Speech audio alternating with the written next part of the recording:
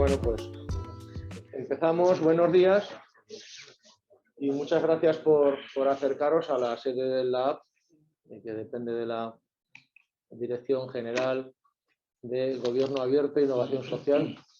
2 puntos para la bicicleta acabamos de quedar. Y bueno, ya sabéis que en este semestre la Dirección General en el Lab organiza 120 actividades más otro montón de cosas, es decir, que estamos dándole vida a este espacio en la sede de la Plaza del Pilar del Departamento de Ciudadanía y Derechos Sociales. Y bueno, ya sabéis que estamos en un ciclo, que estamos en el Ecuador del ciclo de conferencias o de actividades en torno a una idea, una reflexión, y es unir 2 conceptos que en sí mismo para algunos están unidos, pero no para todo el mundo, que son los derechos sociales y el modelo de convivencia democrática. La idea de este ciclo es generar un espacio de salir un poco de nuestras casillas. El objetivo al final es salir de nuestras casillas, irnos un poco del espacio habitual en el que estamos funcionando cada uno, nuestra propia trinchera, que cada uno al final estamos metidos en una trinchera haciendo cosas y vemos el mundo a veces casi exclusivamente desde nuestra casilla y desde nuestro punto de vista. Y bueno, yo siempre he considerado que es bueno parar e intentar salirse del espacio e intentar ver desde otro punto de vista, intentar analizar desde otro punto de vista. Por eso las conferencias de este ciclo, que son 5, bueno, hemos invitado a personas de diferentes ámbitos para intentar reflexionar, intentar dar luz a ese asunto que en el fondo nos lleva a todos. Yo creo que todos los que estamos aquí algo tenemos que ver con los derechos sociales, o mucho, y desde luego pues eso sabemos que tiene que ver con la convivencia democrática en la que intentamos vivir todos los días. Yo no quiero hablar mucho más, simplemente presentaros al ponente de hoy. Es Enrique Solano, que es una persona que yo creo que nos va a aportar muchísimo. Por dar 2 datos biográficos que son significativos para la charla de hoy. Él es profesor de Historia Contemporánea en la Universidad de Zaragoza.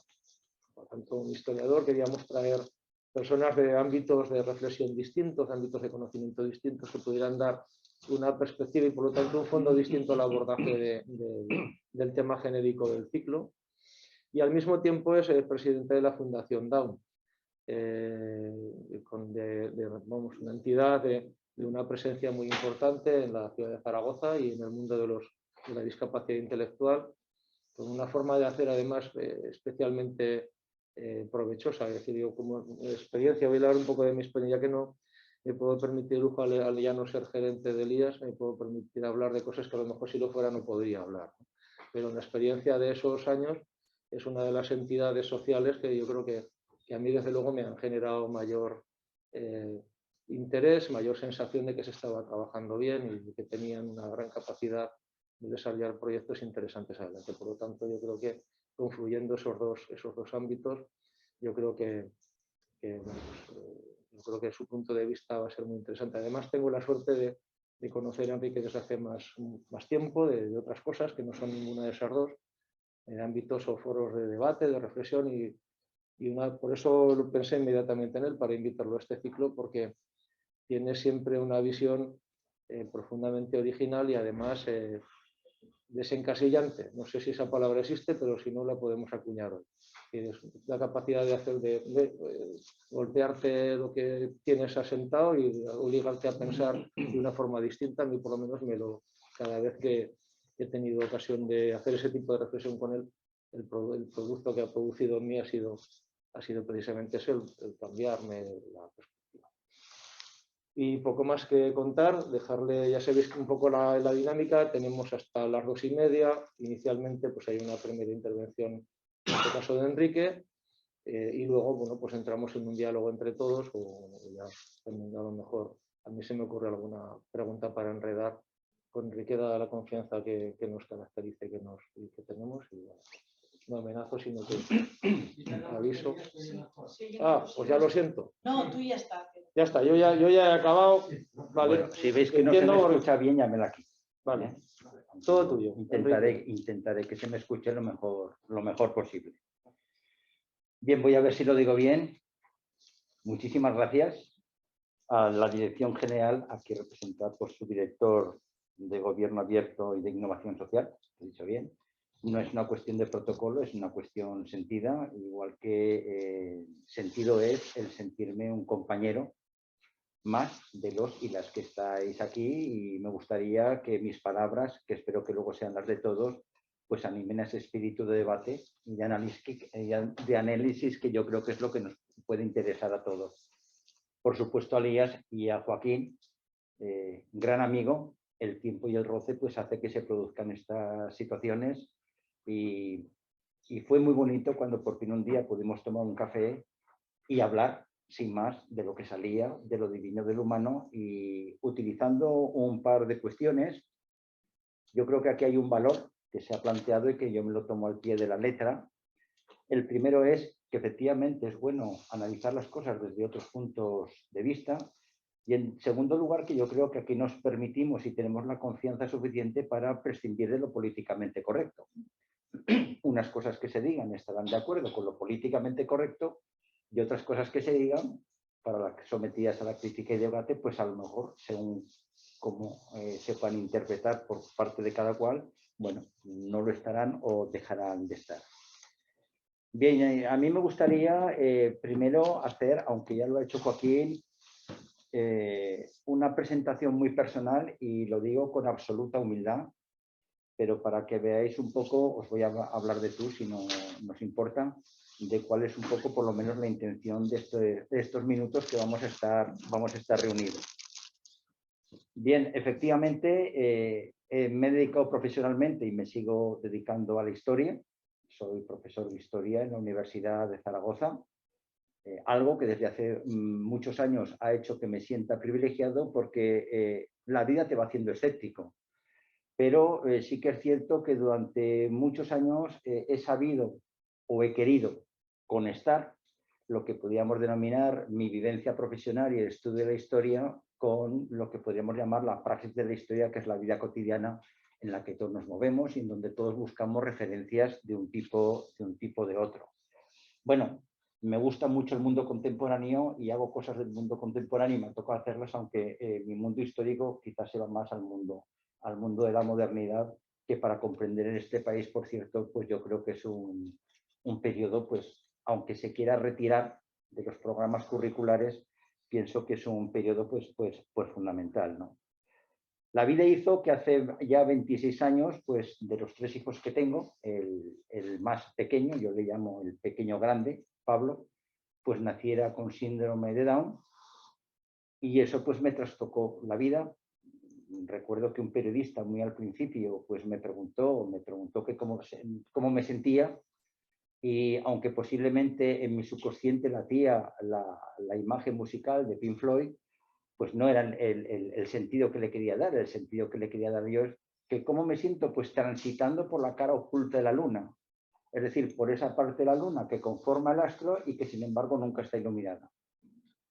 Lo dramático, entre comillas, es que normalmente a las personas pues nos toca transitar por la cara no oculta de la luna. Sin embargo, el reconocer el valor de la cara oculta de la luna te pone ante la necesidad de establecer otras coordenadas vitales, y sobre todo entrar en conexión directas con el concepto de diversidad. Yo he aprendido mucho. Yo nací, bueno, tuve una primera juventud y adolescencia pues bastante cómoda. Una primera juventud bastante cómoda, me encontré con esto y descubrí que la vida era otra cosa y que había que trabajar. El derecho no es vivir. Tenemos el deber de trabajar y construir la vida.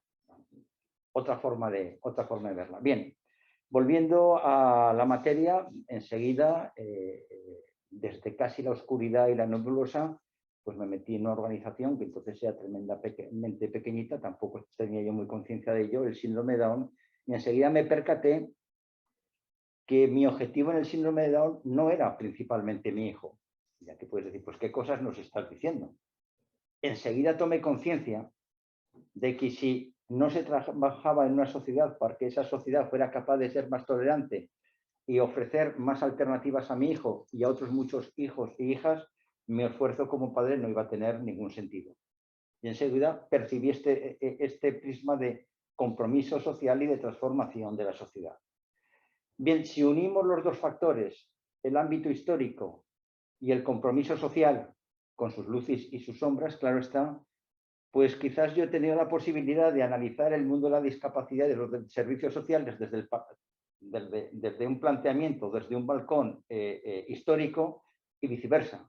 Analizar y criticar y cuestionar mucho más el discurso de la historia desde la situación de compromiso social y desde una ubicación social, pues yo creo que inevitablemente más abierta si quiere, por decirlo de alguna manera, si quiere subsistir, ¿no?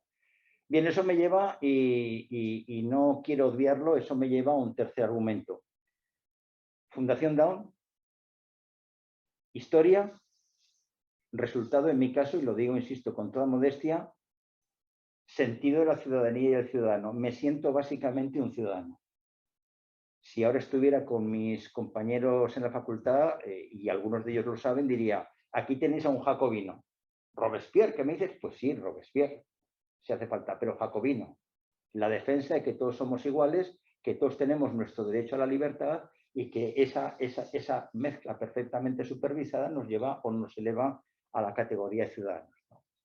Por eso, por ejemplo, podéis ver que del paso de aquella LISMI 1982, integración, al paso de las últimas leyes y normativas, inclusión, pues no hay un paralelismo de acción, sino hay un proceso evolutivo, creo que bastante fuerte. Lo que quizás habría que ver es si el compromiso evolutivo o el compromiso institucional está a la altura de la cultura social que es capaz de asumir lo que debe ser la nueva realidad en lo que llamamos esa construcción social. Bien, en mis palabras, a mí me gustaría hacer una... vais a decir, bueno, es que arrimarse las cuatro se arrima. No, no es que la quiera arrimar y enseguida lo diré por qué, sino porque posiblemente es un flanco que había que cuidarlo un poco más o recuperarlo un poco más. El planteamiento que yo os quiero hacer a partir de mis palabras, y además que someto pues, a vuestra crítica y análisis, es una triangulación entre historia, convivencia democrática y derechos sociales. Una triangulación que me parece fundamentalmente inevitable si queremos abordar el tema. La primera conclusión que llegaríamos es que derechos sociales es igual a contemporaneidad y a tiempos relativamente recientes, como más adelante explicaré. Si nos vamos a la convivencia democrática, tendríamos que entrar en el análisis de esa categoría que llamamos democracia, pero es algo que a veces tiene la sensación que no se acaba de alcanzar. Es un referente en el que yo creo que los ciudadanos se tienen que comprometer en su búsqueda, en su madurez. No sé si estamos en el mejor momento, de eso a lo mejor hablamos un poco más adelante, pero está ahí. Y si hablamos de historia, y también creo que podré decir un poquito más adelante alguna cosa, hay algo que me preocupa a mí mucho como historiador modesto, pero con 40 años de estudio y de análisis a partir de la historia de las sociedades y de los tiempos, y es cómo se ha dejado de utilizar con frecuencia el concepto historia y se ha entrado directamente en el relato. El relato, para una explicación periodística, puede estar bien o no estar bien, pero debe o debería de estar apoyado en historia. La historia no es dogmática, la historia siempre está por hacer, porque la historia es interpretación, pero la historia de alguna manera lo que hace es fundar y argumentar a partir de algo. No creo que estemos ni mucho menos en el mejor momento de la historia, quizás porque a la ciudadanía o a lo mejor institucionalmente porque la cultura que se quiere ofrecer a esa ciudadanía considera la historia pues como algo necesario desde que lo que tenemos que dar una respuesta al momento, y que mejor que dar una respuesta al momento que montar un relato. Siento que esto habría que hablarlo mucho más y puede dar de sí pues muchas interpretaciones del tipo que sea. Pero vamos, enseguida o dentro de unos minutos utilizaremos ese elemento posmodernidad, por ejemplo, con lo que implica esa muerte del principio de la verdad hasta llegar a ese relativismo, a veces sin generar bypass necesarios y suficientes que siempre nos darían un contexto histórico y que posiblemente nos serviría para ofrecer un poco más de madurez. Bien, para que veamos un poco el valor de la historia, algunas cosas de María Zambrano al respecto, y ella es una filósofa, fue una filósofa, pues toma conciencia que en lo que podríamos llamar la vida pública, el soporte y el sentido de la historia es fundamental, es básico, porque nos lleva a la capacidad crítica, nos lleva al debate, a la interpretación de las cosas, nos lleva al análisis. Si cogemos y le aplicamos ese concepto de categoría que aparece en todos los libros de historia, de qué es eso de la democracia, quizás una de las claves de la interpretación histórica ha consistido precisamente en ver el discurso de esa democracia desde el concepto, la conceptualización del mundo clásico hasta nuestros días, pues efectivamente partiríamos de esa idea del poder pertenece al pueblo, o es el pueblo ese que tiene de alguna manera que tomar las grandes iniciativas, aunque yo aquí y en esta ocasión añadiría, para darle un poquito de mayor madurez y ver cuando hablamos de democracia, de qué democracia estamos hablando, añadiría esa otra idea o ese otro concepto fundamental de derechos sociales. El poder pertenece al pueblo, más derechos sociales posiblemente nos pongan en una sintonía de lo que es realmente democrático, del desarrollo de la democracia. Y os pongo varios ejemplos. Cuando nos preguntan, bueno, ¿y dónde están los orígenes de la democracia? Pues los orígenes de la democracia están en ese Clístenes, ese pensador y filósofo del siglo VI a.C., que organizó la democracia ateniense y que la bautizó el concepto de democracia como democracia ateniense. Y nosotros nos planteamos, ¿eso es democracia? Desde nuestra perspectiva es obvio que no sería democracia, porque los conceptos son también propios de su momento y su medida. Hay un peligro, quizás el que más nos azota a todos, y por eso reivindico una vez más a la historia, o el valor de la historia, que es el presentismo. El interpretar, mirad, yo estoy en clase con alumnos que a veces confunden las cortes castellanas o las cortes aragonesas del siglo XVI con las cortes constitucionales de Cádiz o con las cortes tanto autonómicas como generales de la España de hoy. No tienen nada que ver. Obviamente estamos hablando de representaciones, pero la cuestión sería ver a quién y cómo se representa. ¿Qué es lo que nos pasa qué es lo que nos pasa con el mundo, con la democracia griega, con los padres de la democracia, con esa democracia ateniense que es posible gracias a esa estructuración de ciudades-estados? Bien, la democracia ateniense nació de la asamblea de un grupo de población muy minoritaria, porque ni mujeres, ni esclavos, ni extranjeros formaban parte de esa supuesta democracia, y sí que partían a partir de esa asamblea de un principio de representación o representatividad buscando a su representante. Claro, hay un mecanismo, pero un mecanismo absolutamente cortocircuitado por una sociedad esclavista, que es la sociedad griega, como después va a ser la sociedad romana. Entonces podemos decir, bueno, es que los padres de la democracia fueron los griegos. Los griegos generaron un sistema político a la medida de su tiempo y con una estructura absolutamente desigual de la sociedad. A partir de ahí vamos a ver cómo avanzan las cosas. Y voy a ir muy a grandes pasos. El gran momento que a nosotros nos precede, y luego trataré de explicar por qué, es lo que podríamos definir el antiguo régimen. El antiguo régimen, pues, que lo incluye durante buena parte de la Edad Media y durante toda la modernidad, ante la caída del antiguo régimen, que, como sabemos, pues está fundamentalmente a partir de la Revolución Francesa, aunque hay algunos antecedentes conceptuales a los que haré alusión. Bien, y también ves en los textos cómo se habla, por ejemplo, del Parlamento. A las Cortes aragonesas fueron especialmente democráticas respecto a otros parlamentos, dietas, asambleas, como lo queramos llamar en el contexto europeo.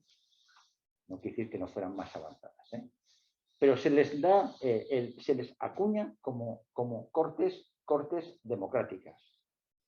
En el momento el antiguo régimen, por esencia, se define por la estructuración de una sociedad desigual, jerarquizada, basada en la divina providencia, en el principio de la providencia, que convierte a sociedad en algo un poco parecido a lo que nos está pasando si nos seguimos, si nos seguimos despertando.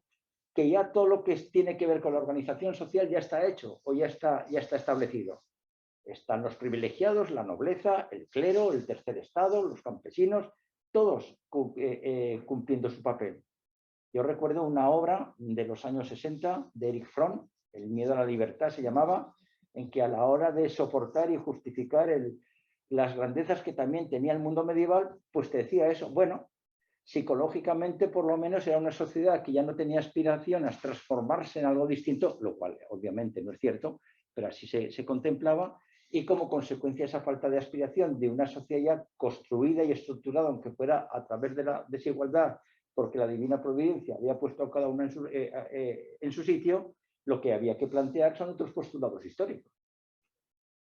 Cuando Erich Fromm nos habla del miedo a la libertad, dice, bueno, llega el Renacimiento, llega el empezar a poner en valor el individualismo, llega a empezar a poner en valor el sentido del ser humano, miedo a la libertad, claro, teóricamente se supone que nos hace más libres porque estamos rompiendo esa barrera, estamos atravesando una frontera que llevó años y muchos años en mantenerse y que todavía se iba a mantener, y da miedo, la libertad da miedo.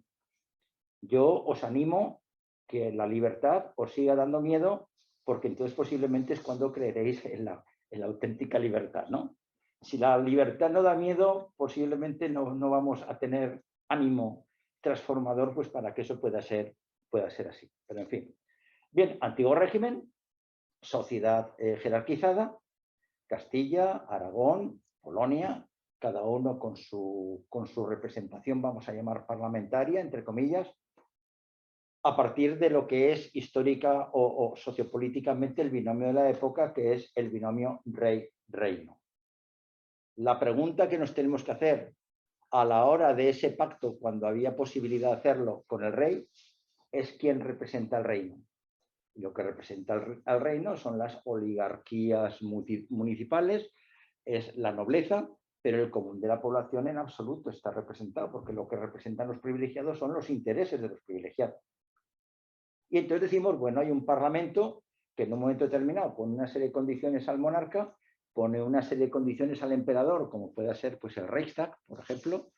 Bueno, pues ya estamos hablando de democracia, ¿no? Estamos hablando de democracia corporativa y de un ámbito de la democracia que empieza a superar un poco quizás a la grecorromana, pero que en absoluto sería admisible que nosotros lo consideramos como un argumento de democracia. Y la prueba es que ese proceso argumental de la democracia lo que nos lleva no es precisamente a una apertura que tardará siglos en producirse, sino que a lo que nos lleva esa supuesta democracia corporativa es a construir el absolutismo en Europa.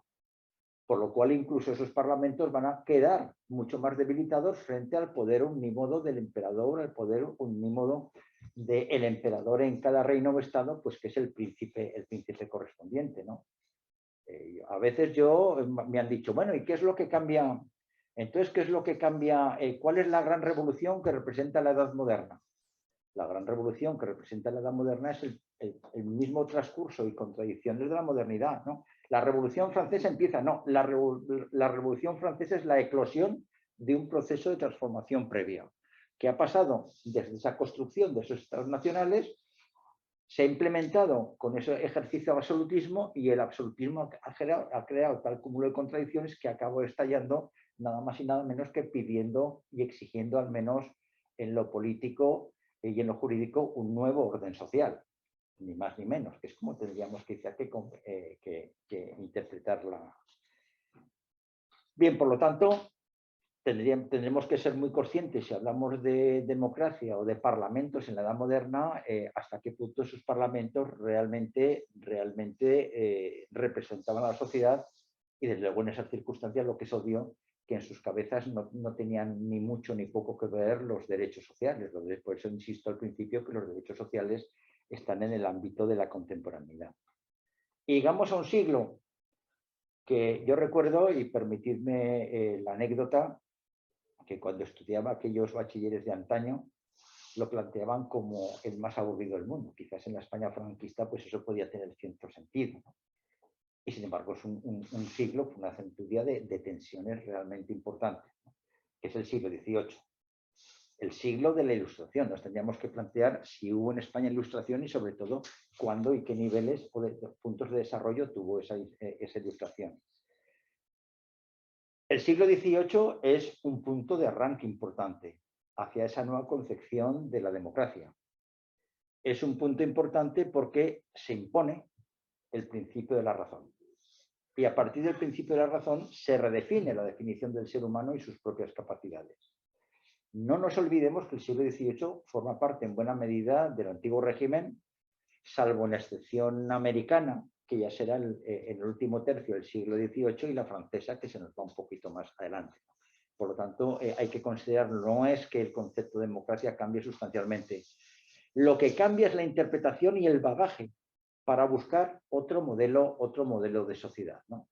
Y ahí nos encontramos efectivamente con un conflicto muy duro, por ejemplo, para la historia de España, porque todavía han llegado secuelas hasta nuestros días, y no pequeñas o menores desde mi punto de vista. Se plantea lo que algunos autores han llamado el conflicto de los antiguos y los modernos. Es decir, los antiguos que siguen defendiendo el principio de autoridad como argumento explicativo de las cosas y por lo tanto que se resisten a cualquier otro proceso de transformación, y los modernos que se aferran al principio de la razón y sobre todo con una buena dosis de optimismo a ver en el ser humano y en las sociedades pues unas posibilidades de desarrollo, y lo voy a utilizar por primera vez el concepto para alcanzar sobre todo lo que buscan y persiguen, que es ese concepto o ese principio de felicidad, algo que se va a perseguir desde distintas orientaciones. Y ese siglo XVIII, efectivamente, al calor de la Ilustración, pues trae desde la perspectiva de esos modernos, vamos a llamar reformadores ilustrados, pues trae unos nuevos argumentos, la necesidad del análisis crítico, el predominio fundamental de la razón, una idea fundamental en el siglo XVIII, no en nuestros días, por lo menos a la hora de interpretarlas, el concepto de progreso, el progreso hacia la felicidad de ese animal social que es el ser humano. Ahí los planteamientos son distintos en la percepción de ese animal social o en cómo se puede alcanzar esa felicidad, pero en cualquier caso, ahí sí, y de la mano de esa búsqueda de la felicidad, nos encontramos que vienen otra serie de argumentos que son el antecedente de los derechos sociales. En la perspectiva del siglo XVIII no podemos hablar de derechos sociales más allá de aspiraciones teóricas, por ejemplo, aspiraciones jacobinas. Se me ocurre libertad, igualdad, derecho a la propiedad, derecho a la vida, etcétera, etcétera, que son los grandes argumentos. Pero estamos en el ámbito político y en el ámbito jurídico fundamentalmente, no en el ámbito social, porque no es tiempo, por decirlo de alguna manera, para que eso se produzca o se pueda reproducir. Cuando os he comentado lo de progreso, claro, en el siglo XVIII estaba muy claro, progreso hacia la felicidad, por una vía o por otra. El nuevo destino de la humanidad, a través de la razón hasta alcanzar su propia felicidad, con o al margen de los planteamientos providenciales y de eso es lo que quería decir. En nuestros días se utiliza mucho el concepto de progreso, pero posiblemente los que estamos aquí, si tuviéramos que dar una respuesta de lo que cada uno de nosotros o vosotras pensáis que es el progreso, pues posiblemente tendríamos una respuesta variada. Es decir, hoy día, a partir del análisis crítico, cuando hay que hablar de progreso, hay que decir qué entiendes por progreso y cómo aspiras plantear vías para que ese progreso se vaya desarrollando. Aquí hay una diferencia importante respecto a esa idea totalmente novedosa, recién nacida de progreso, que era un ejercicio de optimismo para que las capacidades del ser humano pues llegaran a llevar a la felicidad de ese mismo ser humano, a la felicidad de ese ser humano en sociedad. Y efectivamente llegamos a esos dos, permítanme o permitirme la expresión, cuernecillos, la Revolución Inglesa y el más quizás potente, Revolución Francesa. Es curioso porque la Revolución Francesa es posterior, pero es la ideología francesa ilustrada la que ilumina mucho lo que va a ser después el fenómeno revolucionario americano, aunque sea anterior, ¿no? Y ahí sí que van a empezar a cristalizar determinados principios, determinados fundamentos. Si nos vamos al caso de la Revolución Americana, el principio fundamental de los derechos inalienables, sobre los que con el tiempo efectivamente se encajará bastante más tarde, diría yo, los derechos sociales o la búsqueda de derechos sociales.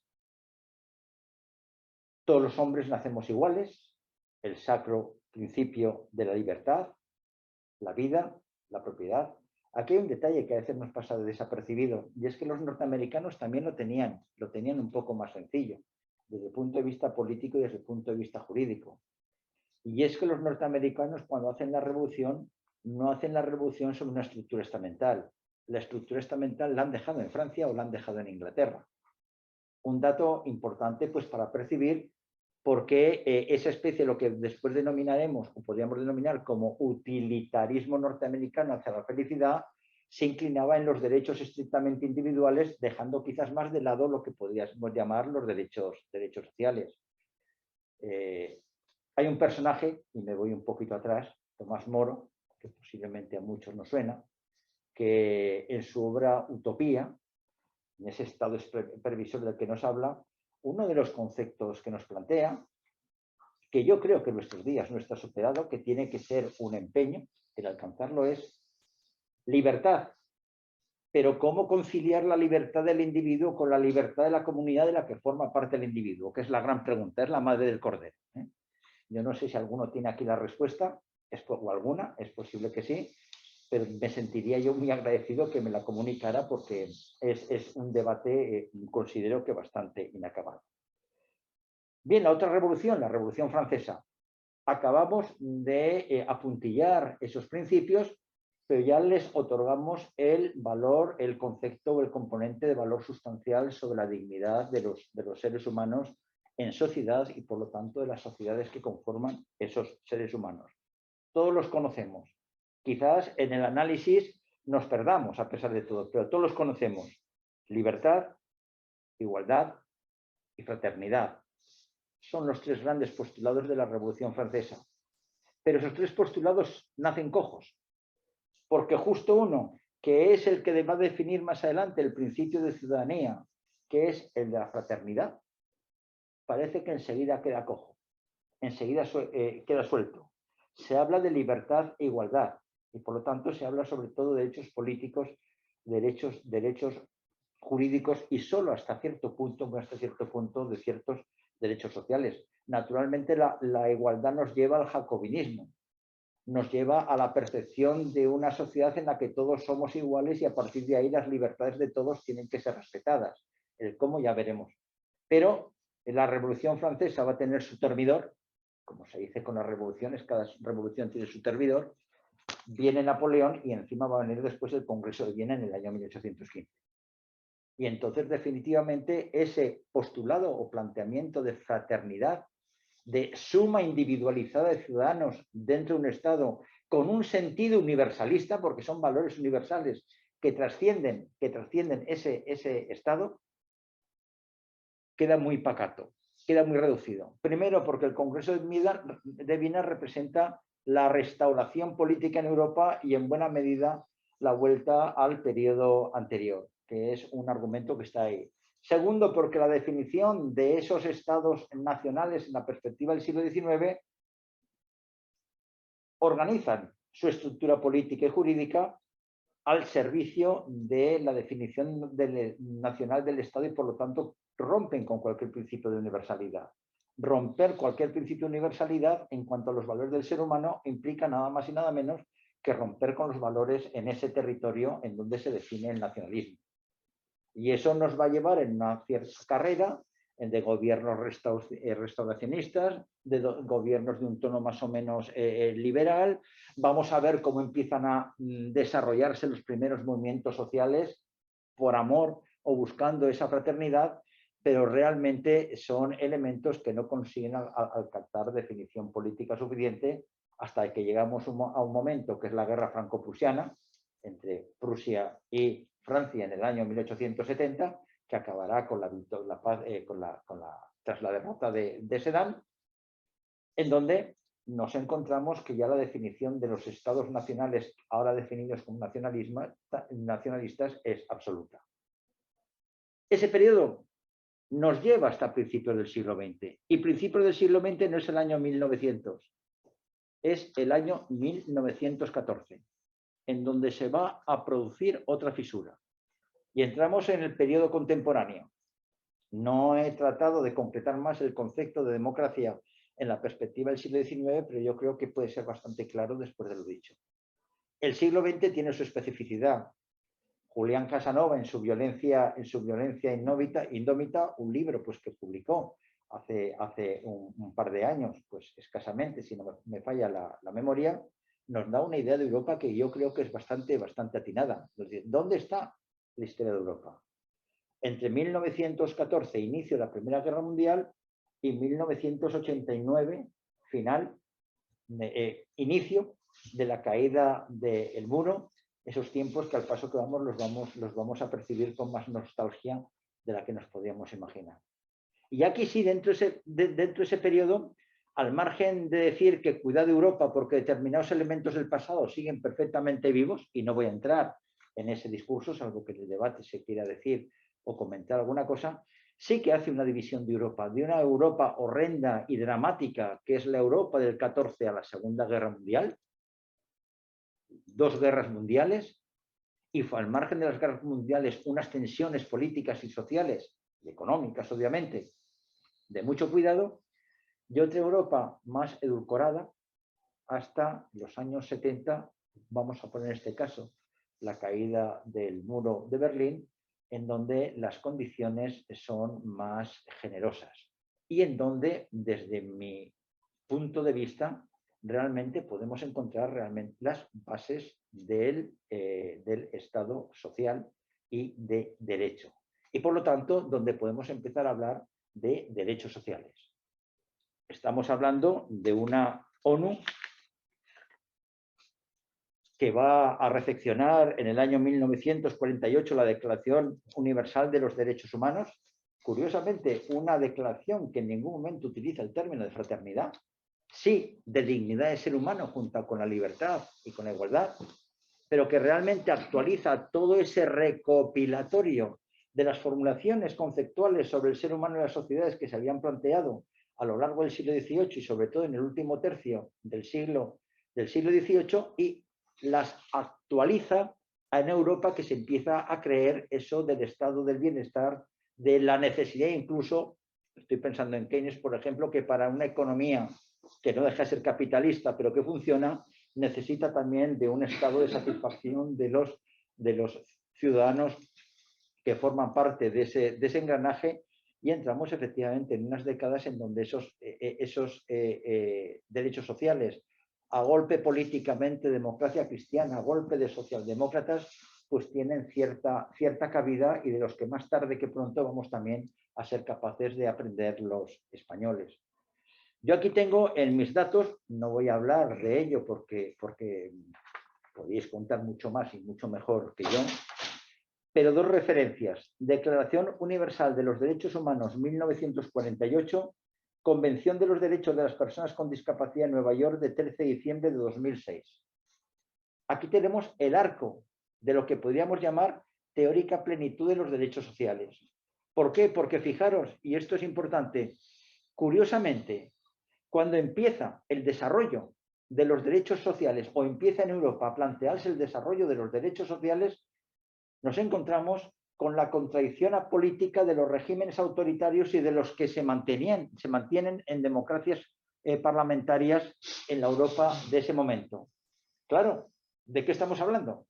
Estamos hablando que determinados ámbitos europeos, entre ellos el español, prescinden del concepto de derecho social o derechos sociales, mientras que otros tratan de darle cobijo en una Europa que en el año, y si me falla la memoria me corregís, en el año 1648 pone en marcha, o 49, la OTAN, tan cacareada OTAN de hoy, y en el año 1955 el Pacto de Varsovia también tiene un papel absolutamente protagonista en lo que va a ser la división del mundo desarrollado, y por ende del tercer mundo tutelado por ese primer mundo, que es la división, la Guerra Fría, como lo queramos llamar. ¡Qué contradicción! Justo cuando se trata de que emerjan los derechos sociales en Europa, que podían haber tenido una vida larga y mucho más lineal, nos encontramos una Europa enfrentada en donde postulados políticos de otra índole, no voy a juzgar ni en un sentido ni en otro, aunque en ocasiones puede ser bastante odio, se encargan de limitar la percepción o el desarrollo de esos servicios sociales. Y ese drama contradictorio no podía ser de otra manera cuando hace eclosión.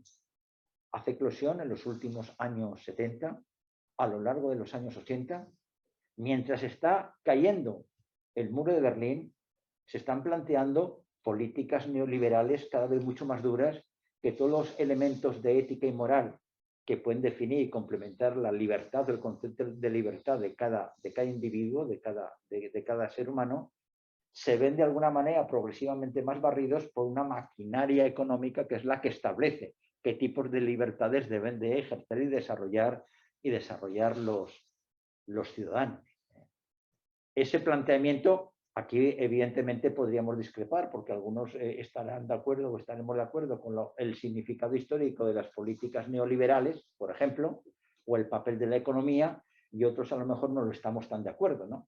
Sobre todo cuando se pierde esa necesidad de equilibrio entre lo económico y lo social.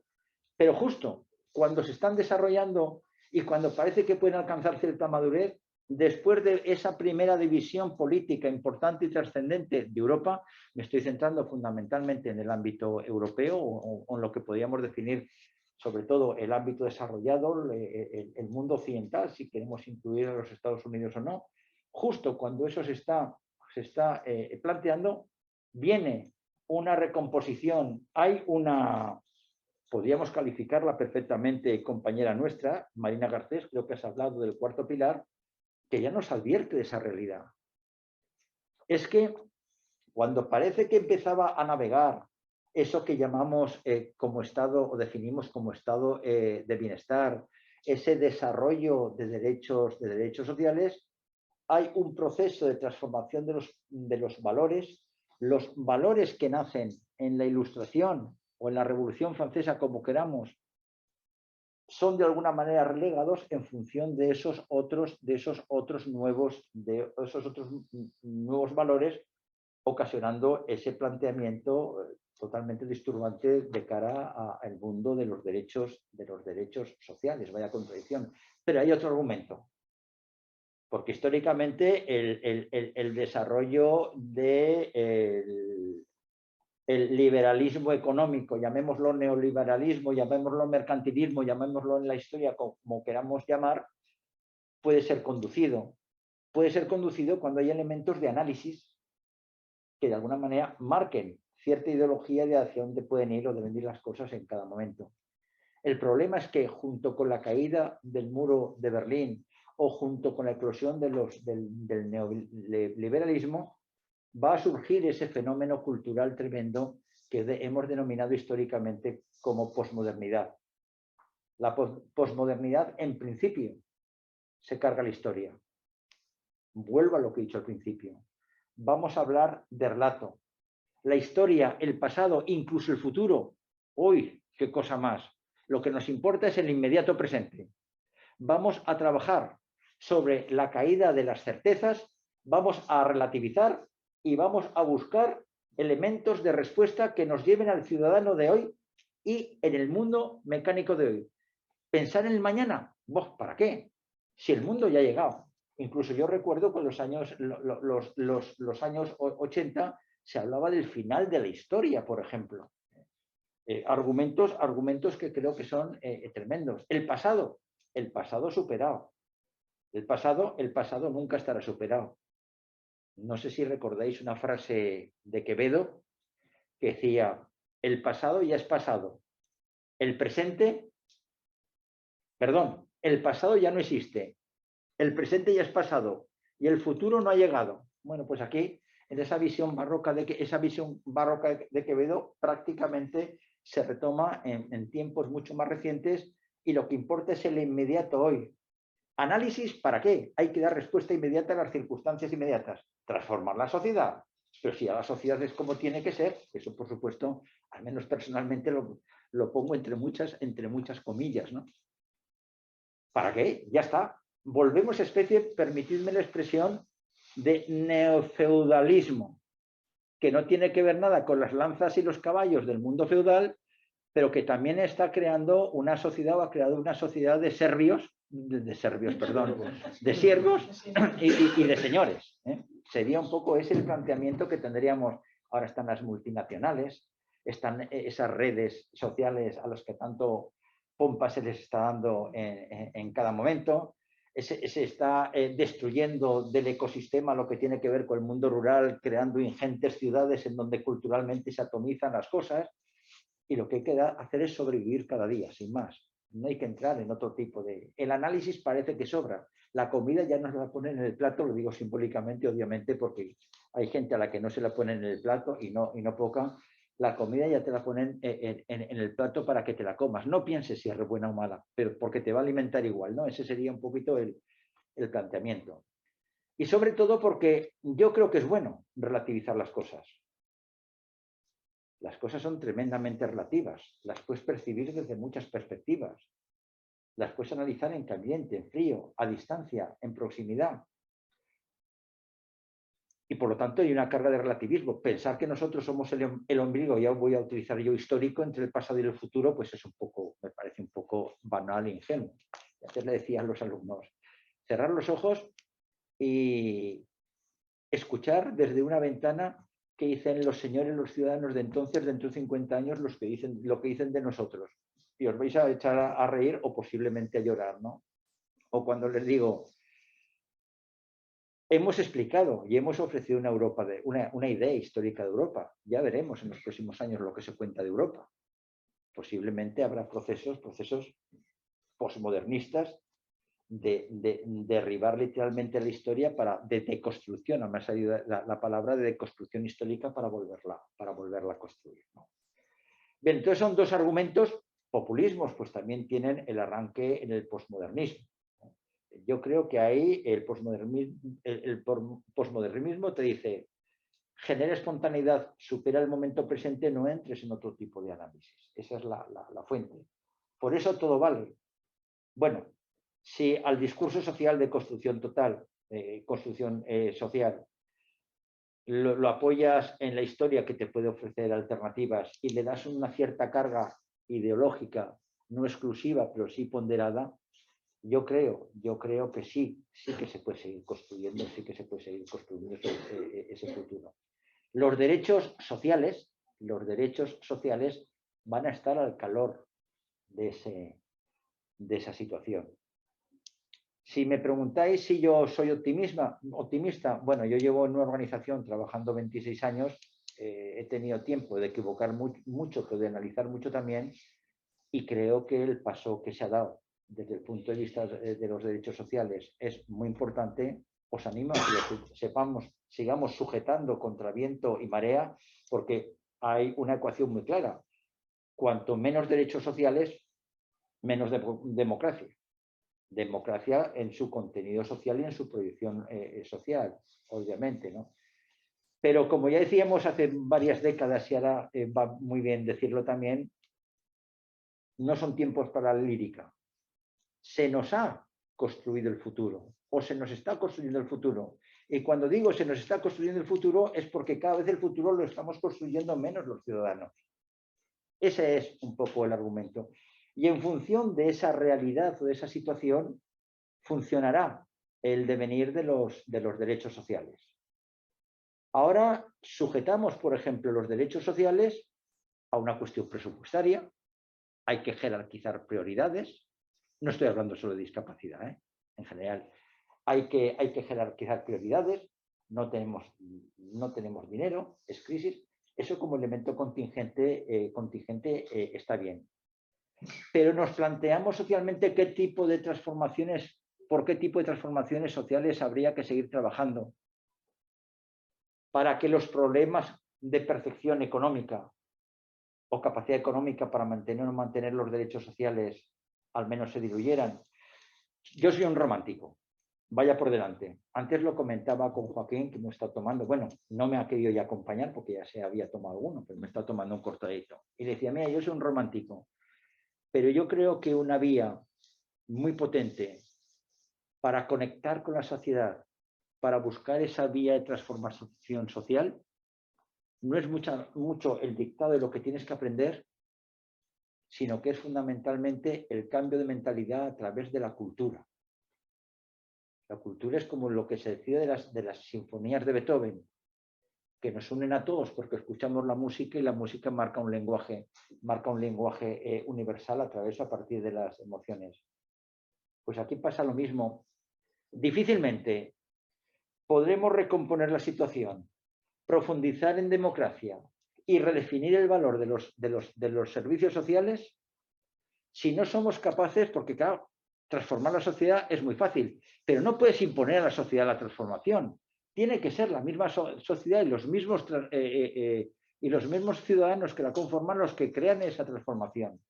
Y eso implica la transformación a través del elemento cultural, de la cultura, ¿no?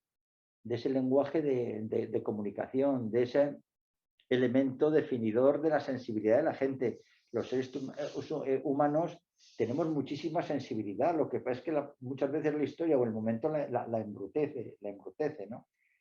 Entonces, claro, transformar es también transformar cultura, pero para que sea el propio ciudadano el que vaya reclamando esas nuevas formas. Si no, nos encontraremos con un esfuerzo presupuestario, con un esfuerzo titánico, ¿no?, de las instituciones en un sistema político determinado, pero no se acabará de resolver la situación.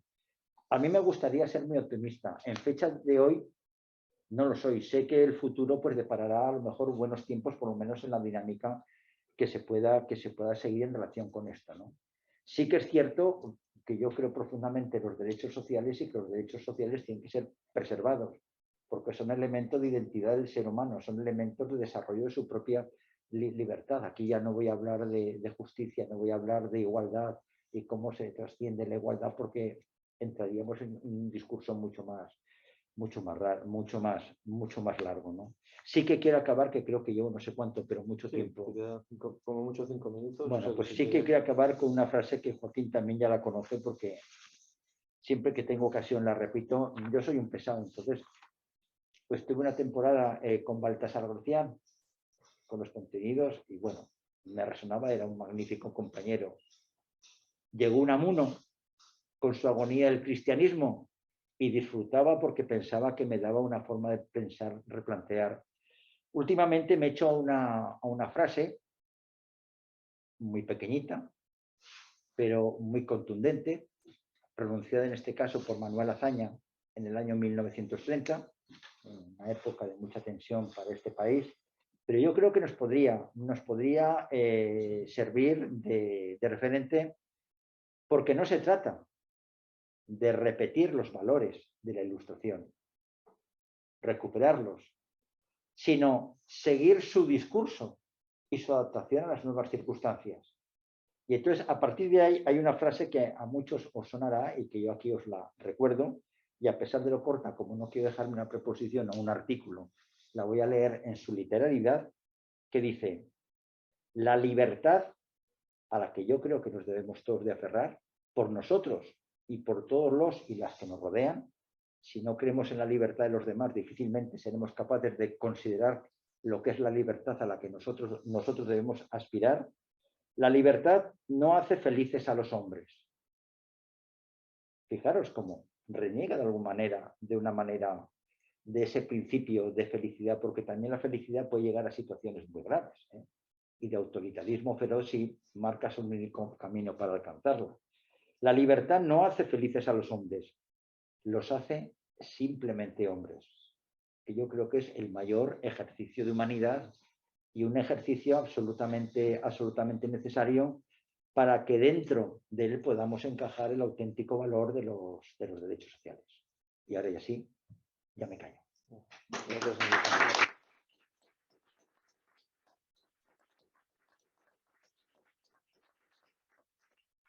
Y viene lo interesante, que es el debate y la opinión. Sí. Pues acaso ahora abriremos un turno de palabras, pero a mí sí me ocurre alguna cosa que preguntarte, si os parece algo un poco el canalla y tal. Es que tenemos un historiador en la sala. A mí y hago una primera pregunta y abro un poco el fuego y ir pensando Un que historiador no tenéis pensado ya. despistado, pero un historiador Tenéis despistado. bueno, bien, pero como el problema que tiene que ver con la profesión y tiene que ver con yo creo que he sacado la idea de progreso, la idea del fin de la historia, la idea de la historia en sí misma, ¿no? La historia como posible construcción. Yo creo que el concepto moderno de historia es que somos capaces de construir. Me sale a la memoria, es que lo estaba escuchando hace poco, un discurso de Enrique Tierno en Zaragoza en el 77. Con el Día de Aragón me dio por recuperar viejas historias y hay uno que está colgado en internet, en YouTube, un mitin de Enrique Tierno en el 77, previo al proceso constitucional, en el que él hablaba también de este mismo concepto, que en el fondo es un concepto moderno, ¿no? Es decir, que los responsables, estaba hablando pues la plaza de toros llena, ¿no? Estaba hablando de la responsabilidad del ciudadano para sacar adelante y para cambiar y transformar la realidad. Un poco, la pregunta es un poco cómo ves eso en función de cómo va cambiando el concepto de historia como posibilidad de construcción o no en el mundo actual, ¿no? Que se encuentra con varios riesgos. Yo creo que uno lo has manifestado claramente, que es el mundo más postmoderno, que cada vez se extiende más y que plantea que la historia no es posible, que ya se acaba, que vivimos en el mejor de los mundos posibles. El otro riesgo es uno que acabó, pero no ha acabado, es el que piensa que la historia tiene un único fin, la historia como inevitable y como inevitabilidad. El progreso es inmutable, eso es lo que ha caído. Yo lo que pienso es que eso es lo que ha caído. El tiempo como entendido, la historia entendida como un proceso inevitable que lleva necesariamente hacia adelante y siempre a un objetivo final que lo vamos a conseguir sí o sí. Y aparece otro concepto de historia más populista que yo creo que está en los fascismos y no solo en los fascismos, que lo comenta, no sé si lo conoce, Timothy Snyder, haciendo un análisis antes de la guerra de Ucrania, de Putin y compañía, que habla de un tiempo, no lo voy a decir bien, pero como un tiempo inmutable, ¿no? Hay un tiempo glorioso que se repite continuamente. Y lo que tienen que hacer las naciones hoy es reverdecer las glorias del pasado y volverlas a vivir. Por lo tanto, estamos en un eterno retorno a volver a vivir las glorias del pasado y tenemos que inmolarnos para volver a ser el imperio que fuimos, cada uno suyo, evidentemente, porque aquí cada uno hemos sido imperio en su momento y tenemos que volver a repetir. En cualquiera de esas cosmovisiones que se van extendiendo en la forma de entender la convivencia, se cuestiona la democracia, se cuestiona la responsabilidad del ciudadano y se cuestiona la posibilidad de construir un futuro, ¿no? En el fondo, os voy a decir, no sé si con estas palabras, pero en el fondo nos han robado el futuro como idea o como elemento a construir. Entonces, no sé si esto, que al final, más que una pregunta, es un discurso, pero bueno, para enredar un rato y por intentar dialogar un poco, como sigues creyendo que los modernos tenemos alguna posibilidad en este planeta o estamos acabados como especie. Bueno, los modernos debemos de ser resistentes. Bueno, perdóname que me llame moderno, lo digo humildemente, pero me considero, ya he dicho que soy un romántico, por lo cual no me estoy contradiciendo, ¿no? Tenemos que ser resistentes, pero las inercias que en estos momentos hay, pues también son muy fuertes. Es decir, los ciudadanos pueden tener un componente de la idea y una idea de las cosas. Pero mayoritariamente, porque se les ha hecho así, los ciudadanos están perfectamente adiestrados hacia una sociedad de consumo, de la que son conscientes en algunos casos, inconscientes en otros, ¿no? Ya lo dijo José Antonio Maraval, aunque se refería al barroco cuando hablaba de cultura, ¿no? Como cultura dirigida. Es decir, la cultura consiste en utilizar lo que son los roles habituales de vida para que debidamente derivados y ajustados la gente lo siga pensando que finalmente es una iniciativa personal cuando no lo es ni mucho menos tanto, ¿no? Entonces, en relación con eso, primero, sí que es cierto que la historia siempre ha tenido el argumento interpretativo y ese argumento interpretativo se ha puesto al servicio de muchas cosas, ni mucho menos las mismas. Me voy, por ejemplo, a la historiografía inglesa, a las grandes historias de Inglaterra en el siglo XIX, que lo que hacían era, entre comillas, que nadie dice, que ningún inglés o inglesa se sienta ofendido, pavonearse de la perfección con que la evolución histórica de ese territorio pues, se había hecho. Esa historia lo que estaba haciendo ni más ni menos es apoyar al 100% los intereses de la burguesía. No se trataba, no buscaba construir el mundo, se trataba de decir qué bien hemos hecho las cosas y estamos donde estamos. Por lo tanto, aprendamos nuestros orígenes. Entonces, es una cuestión de... El franquismo generó su propia memoria, su propia historia. Que algunos inicialmente tuvimos que aprender y que, aunque es posible que nos queden inevitablemente vestigios, hemos tenido que tratar de arrumbar precisamente por el contramensaje o el análisis crítico, ¿no? Lo cual tampoco a veces es demasiado sencillo. El problema con el que nos encontramos hoy es que se está barriendo literalmente con el concepto de historia. La historia da la sensación que deja de ser una herramienta y naturalmente vas a construir un relato. Lo que estabas comentando tú de los milenalismos. Vamos a ver, hay una que ya la historiografía francesa de los años 60 lo definieron y en los años 70 por fin nos llegaron algunas de esas obras traducidas a España. Yo recuerdo que era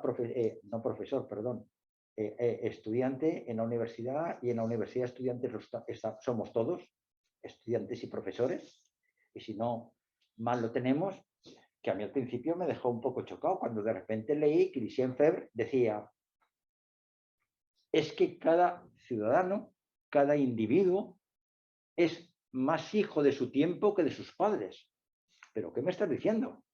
Claro, ahí con una frase tan contundente y al mismo tiempo tan corta te estaba diciendo muchas cosas. Es decir, el valor de la historia es que utilizada, permitidme que lo diga así, científicamente y por lo tanto a partir de la honestidad histórica y desde ahí de la interpretación que cada uno o cada una le quiera dar, el valor de la historia es la de interpretar y generar de alguna manera memoria o memorias históricas del sentido del mundo en el que se está viviendo y a partir de ahí intentar plantear hacia dónde tendría que derivar ese mundo.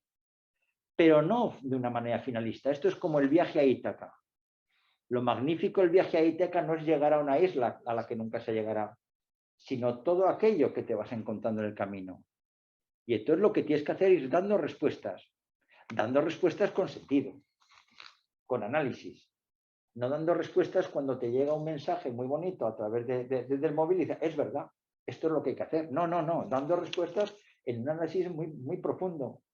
Jugar, interaccionar perfectamente presente y pasado y presente para ver qué alternativas. Claro, las alternativas de una persona ultraliberal será, oye, competitividad a tope, economía, dineros, el que más corra, permítedme la expresión, capador.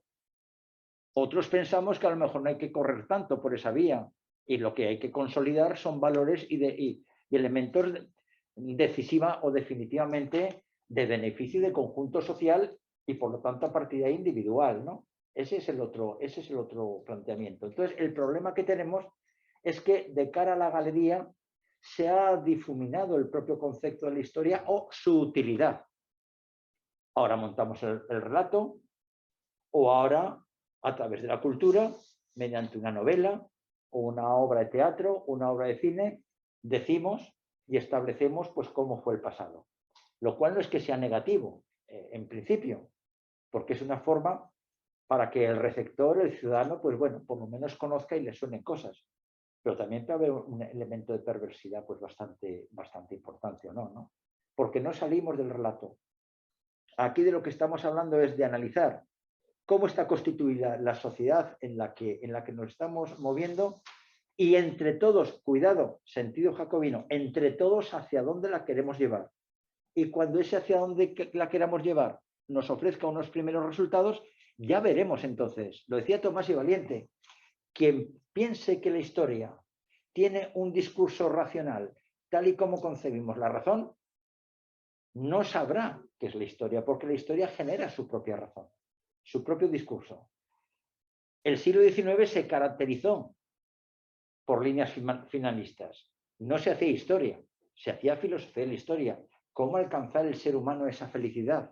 ¿Cómo lo tiene que hacer? ¿Hacia dónde lo tenemos que llevar? Y sabemos todos los resultados que eso trajo, ¿no? Por lo tanto, la historia es herramienta de análisis, de trabajo, obviamente de conocimiento, Y sobre todo pienso que no es la historia sigue siendo necesaria, sino que debe de ser tratada y trabajada con la mayor honestidad posible. Si eso no quiere decir que trabajando con honestidad la historia todos nos pongamos de acuerdo en las cosas. Al contrario, vamos a entrar en procesos argumentales totalmente diferenciados, pero que no se queden en el relato, que sea algo más sustancioso. Y eso es lo que yo he hecho en falta, lo que yo he hecho. Igual es que ya me he convertido, bueno, pues en algo pues ya que debe ser retirado del sistema o hay que sacarlo del vagón de tren, ¿no? Pero a mí cuando me dicen, la historia es que, la historia que es aburrida la historia que te han enseñado, que es la historia de la memorización. Y yo les digo, pero es que tú estás haciendo la historia. Conócete a ti mismo. Tenía aquí una frase de Immanuel Kant, sapere aude, atrévete a saber, atrévete a conocer. Eso es la historia. Atrévete a conocer a través de la historia. Con una metodología, con una interpretación y sobre todo, no estudies la historia del pasado como cosa del pasado, sino estudia la historia del pasado con sus conexiones con el presente y el presente trate de interpretarlo. ¿Por qué vivimos en una sociedad como es la sociedad en la que vivimos? Bueno, pues trata de interpretar ese presente a la luz del pasado, es decir, conviértelo en un argumento dialéctico, ¿no? Entonces, bueno, yo creo que quizás lo que ocurre es que socialmente no se ha sabido explicar mucho, ya desde la enseñanza media, el sentido de la historia, ¿no? Que no tiene que ser una cosa pues muy científica, obviamente, ¿no? Pero que todos somos sujetos de la historia. Al que le gusta la historia y al que no le gusta la historia. Un niño está haciendo historia, o es víctima, o está favorecido por la historia. Un adulto está haciendo historia. Es que yo no sé de historia. No, pero cuando tú te reúnes con unos amigos o con unas amigas, seguro que comentéis y opinéis sobre las cosas. ¿Y cómo llegas a esa opinión sobre las cosas? Empieza a plantearte las cosas por ahí, ¿no? Entonces, no a construir un futuro que alcanzar. Cuando estamos a hablar de transformación social, por lo menos en la forma en la que lo planteamos de cara a los derechos sociales, estamos hablando de una sociedad en la que cada uno de esos individuos puedan ser progresivamente más felices. Y por lo tanto la sociedad es un conjunto. El cómo alcanzar eso vendrá definido pues, por generaciones, por circunstancias de teología distinta. Lo demás acabaríamos, como ya ha ocurrido, entrando en el pensamiento único y eso es tremendo, vamos. De hecho, esto que estáis comentando me ha hecho... Intento hablar alto para que se me quede grabado. Esto que decías de Timothy Snyder, yo creo que te referías a Camino hacia la no libertad y en concreto la noción era de política de la eternidad, ¿no? Timothy Snyder confronta la inevitabilidad y la neoliberal con la política de la eternidad de los rusos y en concreto además habla mucho del conflicto Ucrania en 2014, de la ciberguerra y de alguna forma es un libro que hay que visitar ahora, ¿no? Yo no sé si es del 2018 o así, pero es para entender lo de Ucrania también y para entender lo de Putin. Y esto que decía Enrique, a mí de alguna forma el concepto de historia me lleva de alguna forma también al concepto de verdad, concepto de futuro y me recordaba algo que leí, he tenido que rescatarlo, yo tengo la suerte que lo tengo en Twitter, como lo voy tuiteando las cosas, entonces me lo busco a mí mismo en Twitter y tal, de Hannah Arendt en Verdad y Mentira, de la política, dice algo así. Ahora bien, ¿existen en realidad los hechos independientes de la opinión y de la interpretación? ¿Acaso generaciones enteras de historiadores y filósofos de la historia no han demostrado la imposibilidad de establecer hechos si estos no van acompañados de una interpretación, puesto que en primer lugar hay que rescatarlos del caos de los meros acontecimientos, ¿no? Y después ordenarlos, ¿no? En un relato que se pueda transmitir desde una determinada perspectiva? De alguna forma, en fin, me conecta esta idea de la verdad, de los hechos, ¿no? Una luz cegadora, no peligrosísima. Luego en este mismo ensayo creo que Hannah Arendt viene a identificar que la verdad es muy peligrosa, ¿no? Porque la verdad conduce a los totalitarismos, ¿no? Y me parece que está muy relacionado con lo que estoy diciendo ahora. Pero quería hacer un tercer comentario y es unirlo a lo que pasó en Francia este domingo pasado, ¿no? Se ha hablado, Enrique también ha hablado de posmodernidad. Yo tuve la oportunidad de hacer estos 2 últimos años atrás un máster dirigido por Marina Garcés, con lo cual me cascaron posmodernidad por todos lados. Y en fin, el domingo quise reconocer que aquellos, o sea, quise pensar qué estará sucediendo con esta gente que lleva años vanagloriándose del fin de las grandes estructuras de intermediación, particularmente de los grandes partidos políticos, y el domingo se certificó, bueno, el domingo no, en la primera vuelta ya se certifica el fin del Partido Conservador o el fin o el estado catatónico y del Partido Socialista.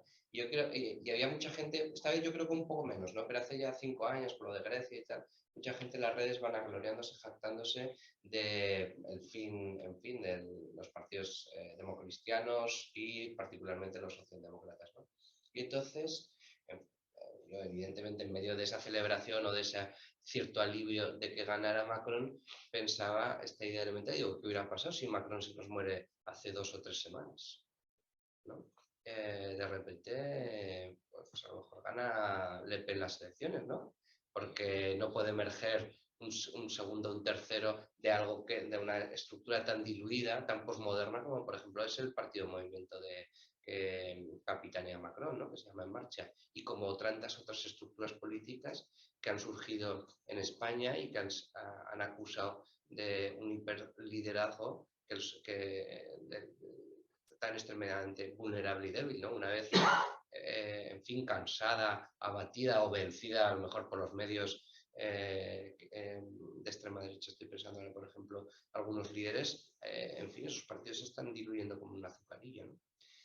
Me gustaría que lo conectas con este momento que vivimos, ¿no? Con el auge de los populismos, Francia, lo que puede pasar aquí en España, Bueno, los nuevos partidos, etc. Hombre, es difícil, ¿no? Pero bueno, hay un concepto que últimamente se utiliza bastante, que es el concepto de que las cosas tienen un fundamento, y me estoy contradiciendo, pero en fin, líquido. Son evanescentes. El surrealismo, el renunciar a la verdad. Bueno, yo, permitidme un comentario personal. No es necesario reconocer la existencia de la verdad, porque reconocer la existencia de la verdad sería muy grave, podría llegar a ser muy grave, ¿no? Porque al final acabaríamos definiendo qué es verdad y qué no lo es, por lo cual nos retraeríamos al pasado, ¿no? Y entonces vivimos en ese momento líquido. A mí lo preocupante, en el caso de las elecciones de Francia, es el crecimiento, por ejemplo, que la ultraderecha sigue teniendo en Europa y en uno de sus bastiones fundamentales como es Francia. Afortunadamente ha habido ese desahogo. Hombre, yo también creo un poco en este caso, igual me equivoco. Creo en el ciudadano francés. Yo creo que si desaparece Macron por inanición, posiblemente no hubiera ganado a pesar de todo Le Pen, porque muchos de los votos a Macron tampoco han sido de Macron, han sido frente a Le Pen. Yo, si te digo la verdad, también lo pienso. Sí, pero la pregunta me parece que genera una heurística. A mí lo que me preocupa es que efectivamente en Europa, y estamos en eso que tiene que ver con lo que comentábamos, estamos en un momento de crecimiento de la extrema derecha, haciendo reverdecer políticas nacionalistas o nacionales si queremos, y por lo tanto arietes que tratan de seguir dinamitando los grandes valores del sentido de la definición humana. El Estado es algo convencional. Si no, no digo que no apoyemos al Estado. Pero no hay Estado sin ciudadanos. La calidad de la ciudadanía de un Estado es la que indica o manifiesta o pone manifiesto la calidad del Estado. Entonces lo preocupante es ver cómo irremisiblemente, por los motivos que sea, y son circunstancias obviamente muy variados, la ultraderecha sigue ganando terreno, y lo más grave es que sigue ganando terreno a sectores y a agentes, a ciudadanos, a ciudadanas que inicialmente tampoco se acaban de definir como de ultraderecha, pero que lo ven pues como una especie de salvación beatífica, vamos a llamarlo así. Decir, bueno, ¿cuál es el mal menor? Pues ahora toca esto, a ver si así las cosas, por ejemplo, cambian, ¿no? Claro, eso en el discurso histórico pues ha tenido momentos muy dramáticos, empezando por Hitler en Alemania, que también Hitler llegó al poder a través de un proceso electoral, ¿no? Entonces es muy difícil y al mismo tiempo, insisto, yo creo que muy cambiante. Si ahora hubiera, imaginaros que renace partidos tradicionales, pues como la democracia cristiana o como la versión histórica de la socialdemocracia, o incluso como un partido como un partido comunista, por ejemplo. Renacerían por fundamento ideológico y por asunción de valores que los conectarían posiblemente con el pasado, pero su propuesta a la sociedad ya no sería lo mismo. Es decir, mantendría el acrónimo del partido, pero posiblemente el mensaje que dieran, el mensaje de la respuesta concreta a situaciones concretas, ya no sería el mismo. Yo creo que lo que ha ocurrido es un agotamiento por la caducidad de unos partidos del pasado que no han sido capaces de renovarse ni actualizarse.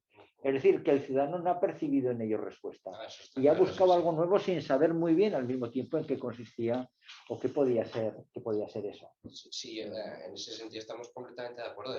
Está claro que ha sido de mérito de esos partidos, ¿no? Llegar hasta donde han llegado. Evidentemente los ciudadanos siempre tienen razón. Ahora yo estaba pensando más en la intelectualidad, esa intelectualidad posmoderna, postestructuralista, en el caso francés, ¿no? Si nos vamos después del mayo del 68, que parece poco menos que estaba deseando, ¿no? Y anhelando el fin de esos grandes partidos como parte de su victoria simbólica, ¿no? De esa sociedad nueva en la que la libertad se erige como, en fin, valor inequívoco y estructurante de la vida, sin su contrapartida en el otro lado de la balanza, que es la igualdad, ¿verdad? Y por lo tanto, que tiene forma de Estado y de derechos sociales, ¿no? Bueno, pues, en fin, yo creo que el domingo esta gente tuvo una victoria simbólica increíble, ¿no? Macron, tipo sin partido político detrás, gana las elecciones, pero lo hace de forma pírrica frente a la ultraderecha, que en el fondo... Yo creo que, insisto, es el miedo de decir, cuidado, que si no vienen estos, que... Uf. Bueno, en fin, ahí lo dejo. Quedaban dos preguntas, Sí. si os parece, las acumulamos y acabamos porque quedan como 10 minutos o por ahí. Bueno, si no nos habría que hacer una pregunta. Levanta un poco la voz para que se pueda ver. ¿Qué? Levanta un poco la voz para que se pueda ver. Bueno, yo como meto la mascarilla. Mi nombre es Aurelio y voy a hacer una pregunta muy concreta. Desde la historia, ¿estamos en el caos de la democracia o la democracia del caos? ¿Estamos? Perdón. ¿En el caos de la democracia o la democracia del caos? Y acumulamos la otra pregunta y así, bueno, si os parece, o... Sí, no sé porque... si es acumulable. Yo lo que quería... Vale. Me ha gustado muy amenazar charla. Yo desde mi formación jurídica asocio los derechos sociales al constitucionalismo moderno, a un Estado intervencionista que invierte en la procura existencial, en el bienestar, ¿no? Sí. La crítica, eso se rompe con el neoliberalismo, en el que la economía deja de estar sujeta por la política, por el Estado, y vuela libre, y volvemos al librecambismo y a que sea más fuerte es el que gana, ¿no? Eso se desmonta. La crítica que hacemos desde la izquierda al Estado de Bienestar es que el Estado estabula a la ciudadanía, los discapacitados, las mujeres solteras, los problemas de los residuos nucleares, o sea, todo está compartimentalizado, ¿no? Y el Estado provee y se comporta en términos paternalistas. Entonces, todo esto lo queríamos hacer un poco con una reflexión sobre el concepto de fraternidad. El concepto de fraternidad, yo recomiendo el eclipse de la fraternidad de Tony Domenech, una obra magna. Yo lo interpreto aquí y ahora en términos de la comunidad de cuidados, de cómo recuperamos el concepto de comunidad en términos de la materialidad de la vida y dónde situamos al Estado en esa búsqueda de nuestro sentido de vivir, ¿no? Como hablabas tú, de la vida es creación propia, ¿no? La creación propia de sentido, partiendo de que somos seres sociales y que nos necesitamos nosotros porque somos muy vulnerables, ¿no? Entonces, ¿cómo confrontamos esto que tiene que emerger, que es el sentido de comunidad, con un nuevo papel del Estado también? Porque a veces también dicen, no, es que tú, entonces a lo que vas es a que el Estado, en lugar de hacer lo que tiene que hacer, sea la comunidad con lo cual estamos vaciando al Estado de sus obligaciones de atender a la ciudadanía. ¿Entendéis? Yo creo que hay cuestiones que corresponden al propio criterio de responsabilidad individual y de corresponsabilidad individual. Muchas cosas no nos tendría que dar el Estado, sino que tendríamos que ser nosotros los que coadyuváramos a ellas, ¿no? Cuando hablo de esa comunidad de cuidados. Yo creo que la reflexión está ahí. El concepto de fraternidad con el concepto de comunidad, cómo lo conectamos con un Estado que ahora ha vuelto al papel del Estado del 19, el Estado general, ¿no? O sea, los datos, con los característicos, con los complicados, y punto de nota porque hay mucho pobre, mucho excluido, peligroso. Y en las clases medias necesitamos mucho orden y mucha seguridad, ¿no? Hombre, Victoria Camps, si no recuerdo mal, yo creo que cuando existen las emociones habla siempre de la necesaria corresponsabilidad. No sé si tenía aquí una frase, perdóname, aunque luego no la... Pero creo que la he cogido porque me parecía bastante significativa. Yo creo que aclara bastante, bueno, aclara, es una forma de responder a lo que dices, ¿no? Victoria Camps, en El gobierno de las emociones, una obra editada en el año 2011, afirma, pero rotundamente, no basta con conocer el bien, hay que desearlo. No basta conocer el mal, hay que despreciarlo. O yo diría, no hace falta ser demócratas, hay que estar comprometidos con la democracia y por lo tanto desear tu libertad mediante el compromiso abierto y directo de que tú deseas la libertad de los que están contigo. A partir de ahí yo creo que es esto a partir de donde se tendría que plantear un proceso de corresponsabilidad con el Estado. Por eso decía yo que a veces no sirve de mucho el hecho, hombre, sirve de mucho para resolver situaciones concretas, pero no sirve de mucho el esfuerzo a veces que puede llegar en un momento determinado la administración pública para paliar una serie de situaciones cuando entre la ciudadanía no existe esa, voy a utilizar elementos que he utilizado, esa cultura, no existe esa de predisposición para ver que eso es efectivamente lo que hay que hacer y por lo tanto para colaborar. Es decir, la libertad de uno mismo debe ser la libertad del compromiso consigo mismo respecto y con el compromiso de los demás, ¿no? El problema está ahí. Lo que tendríamos que plantearnos es en estos momentos, y no doy respuestas, pero hasta qué punto en una sociedad como la nuestra el Estado representa a la ciudadanía. Lo tendríamos que hacer desde una perspectiva jacobina, de interacción y de conexión de los derechos individuales con los derechos colectivos que conforman la comunidad. Es decir, una sociedad con derechos y deberes. Entonces la sensación, por eso a veces se dice en los medios, y sí, pues claro, que hay una desconexión entre el Estado y sus representantes y el ciudadano, como si se fuera a dos ritmos. Yo creo que eso de por sí no es un buen síntoma. Lo que había que buscar es una mayor sincronización. Insisto, el ciudadano, la ciudadanía tiene que corresponsabilizarse con la democracia y con lo que eso implica. Hombre, si cree en ella, obviamente, ¿no? Pero yo creo que esa es la vía. Respecto a la otra pregunta, pues hombre, la respuesta que decías, el caos de la democracia o la democracia del caos. Hombre, yo quizás lo plantearía como así muy bote pronto, el caos de la democracia. La democracia no debe perseguir nunca el caos, sino todo lo contrario, ¿no? Aparte que vivimos, si lo planteamos de una perspectiva filosófica, yo creo que estamos insertos todos en el caos. El que no reconozca el caos como una realidad, es decir, el que no sea capaz de plantearse, que no es capaz de comprender e interpretar muchas de sus propias reacciones, malo. ¿Cuántas emociones contenidas? Y sin embargo, si nosotros recurriéramos al concepto del caos, yo a veces digo, incluso en esa tertulia, ¿qué es el caos? Aquello que manifiesta nuestra propia identidad y que no somos capaces de representarlo. Porque nosotros como seres, entre comillas, civilizados, tenemos que dar respuesta a una civilización. Claro, con la civilización pasa igual que como con la democracia, ¿no? Que hay que darle una definición para eso, ¿no? Entonces, bueno, la democracia del caos, en fin, yo creo que es la democracia no puede perseguir nunca el caos, al contrario, el ir saliendo, esas realidades ocultas que vayan emergiendo, ¿no? Es una opinión, es una opinión y nada más. Un esfuerzo cuántico por ordenar el caos. Bueno, se nos acaba el tiempo. Nada, muchas gracias por venir. Muchas gracias, Enrique, por el esfuerzo de reflexionar en colectivo y entre todos. Y estáis todos y todas convocados otra vez y nuevamente el 24 de mayo a la misma hora con Patricia Luquín, que continuará este ciclo de reflexiones y bueno, yo creo que de interesantes comeduras de tarro sobre algo en lo que vivimos, ¿no? Estamos definiendo nuestro aire para respirar en esto. Muchas gracias a vosotros y por vuestra compañía.